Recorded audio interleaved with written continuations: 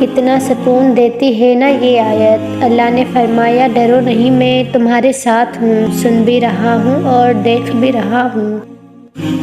میں نے یقین کے ہر درجے پر اپنے اللہ کو پایا ہے۔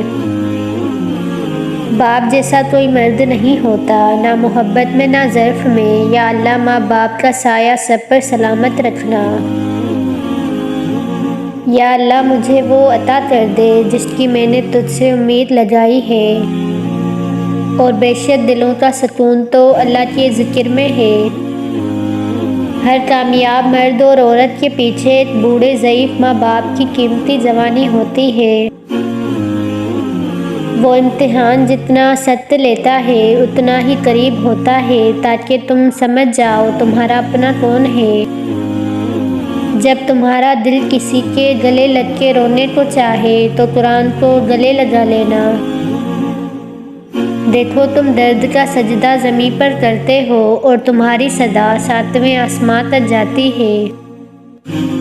ہمیشہ بولنا نہیں پڑتا، تمہارے آنسو بھی اللہ سے باتیں کرتے ہیں۔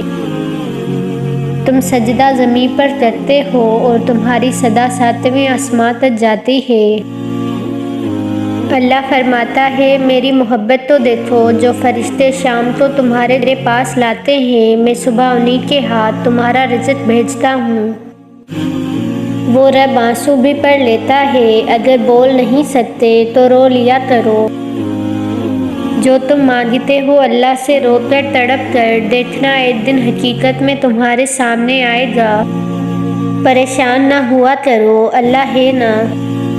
پریشانیاں تو ہزار ہیں لیکن سکون دینے والا صرف میرا اللہ ہے۔ قرآن شفا ہے ٹوٹے دلوں کے لیے۔